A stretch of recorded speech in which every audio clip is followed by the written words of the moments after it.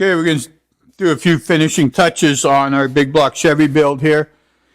And a few bolts to put in it, paint it, and off to the engine test area she's going to go. Okay. So we have to put the intake on. And that's intake and valve covers, and we're going to paint it here on this side of the shop before we go and put it on the test stand. So I like to start by putting a little dab in each of the four corners, like that. Not much. We're going to just take a little bit on our finger and smear it around the water passages. Usually on these, we're talking a 40-year-old engine here. There's going to be a little bit of erosion there. And there is a very minute amount, but still, why risk? I know the water flows through the back, but there is water pressure at the back. Here, just doesn't go through the manifold. It's still at the water inlet. Just a little smear around there just to play it safe. We're just going to put our nice little bead across the ends.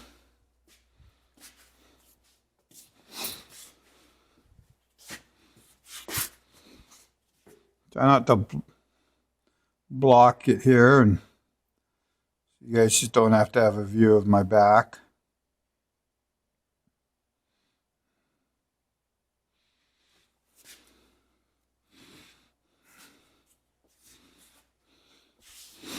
Now, if you remember, we did a little bit touched on port matching this, and we did it a different way than we did the Vortec head, or intake port match. Taking our nice intake, we've glass beaded it just to make it look, make it look really nice. We give it a very, very, very, very thorough washing, hot soapy water. We've port matched the inside of it, or the ports.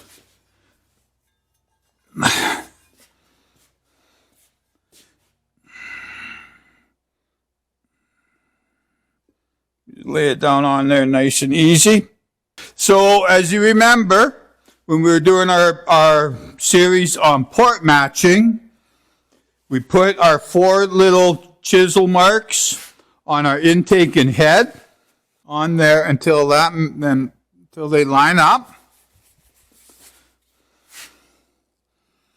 on all four corners. Okay. So we've used our punch marks to align our intake this way. This was especially important on this build. Well, for one, any misalignment there is, directly affects the performance. The other thing is too, if you recall, we square decked the block, but also we had an issue with the heads. One head had been cut substantially more than the other, so we had to take quite a bit off of one of our head surfaces. So this intake is going to be sitting a good bit higher on the motor than it would have if none of that machining had been done. But we also used that to our advantage. We raised the top of the intake port up to take advantage of that. And, that's where all the airflow is. So that part worked in our favor.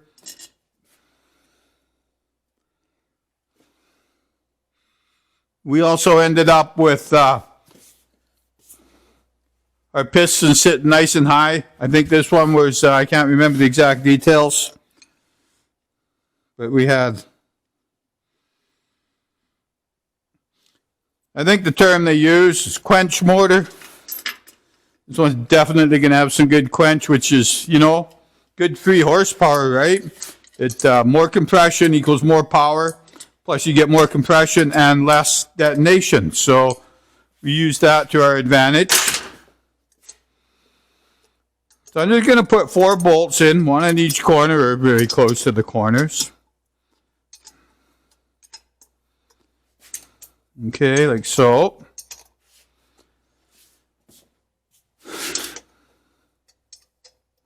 And then I'm going to take my calipers, and without disturbing our silicone here too much, there's usually a spot on the front and the back where the manifold overhangs and the block overhangs, and we're going to measure up so we can get our manifold even this way. That way the relationship between the top of the intake port and the top of the port on the cylinder head, intake port on the cylinder head, is equal on each side, so we don't have a situation where we're like that and have one side being obstructed.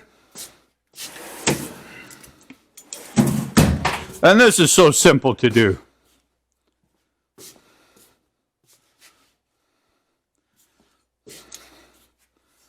I'm just going to go in here without disturbing the silicone.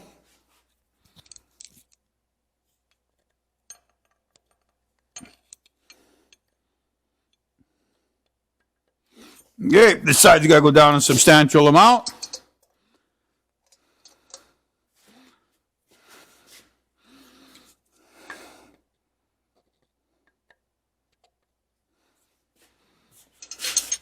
And then, this would be hard to do in the vehicle if you're doing an intake swap, but when you're doing it out on your workbench, on your engine stand, this is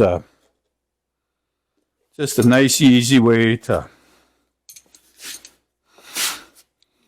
equalize the flow between them. So we've got it centered there now, and we're just slowly going to go around.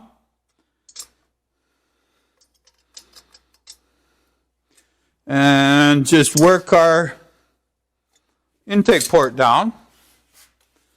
And we'll do a bit, and then we'll stop and we'll check our alignment.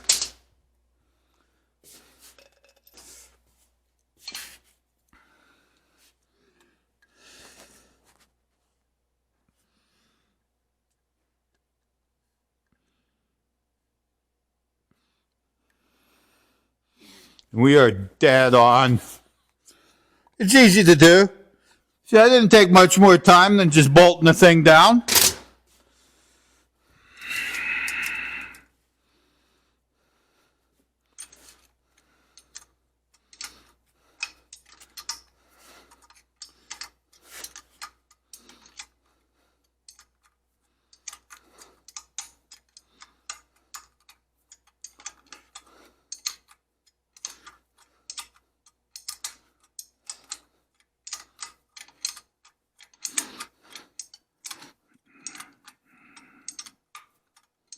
You stop and think about it. If your intake manifold's not sitting on there flush, square, level, whatever you want to call it, with the top of your ports, the intake runner is going to be higher than the head on one side and lower on the other.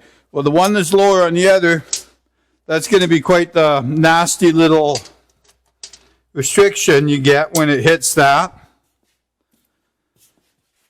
This was well worth the extra, whatever it was, maybe the extra 5 minutes that it took.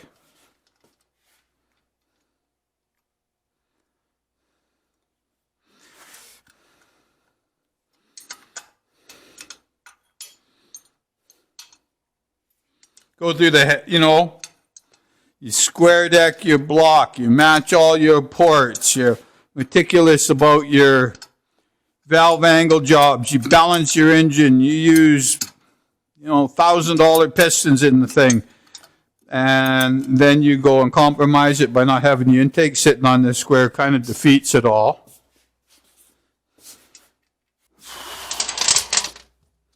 Going to start from the center again.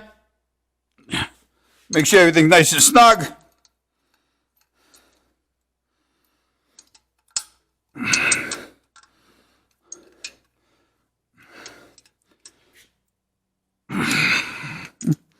And then we'll go back and double check our alignment.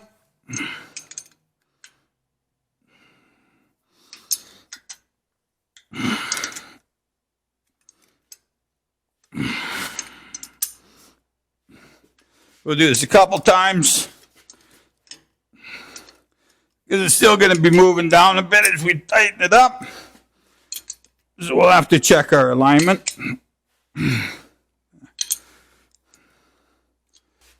We'll double check our alignment, make sure nothing's moved.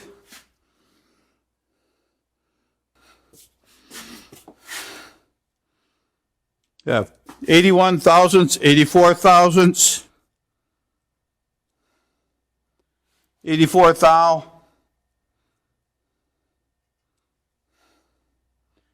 80 thou. So we're within 4 thousandths of an inch. We're going to throw some valve covers on it, just to keep the dirt out. We get her on the stand. We're going to pull them all off, of course, and pre-lube everything, reestablish it. We have the correct lash, etc., etc. Okay, that's how I bolt down an intake manifold. I know it's just an intake manifold, but it's not just an intake manifold.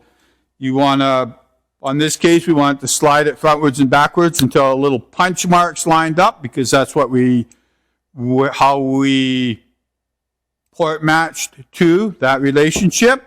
We also didn't want it sitting unparallel with the rails. So the top of our intake port on our intake lines up perfectly with the top of the intake port on the cylinder head. There's nothing like this to create any unwanted disturbance. That's it. I got to get 2 bolts for the timing chain cover, 4 bolts for the oil pan. Somehow they've gone missing. And then we're going to paint it. I'll come back and maybe we'll do a video on painting it. Maybe we won't. I'll come back and we'll do the whole process of bolting it on my stand and running it for you. Hardly wait to hear this beast run. It's going to be awesome. Thanks, guys.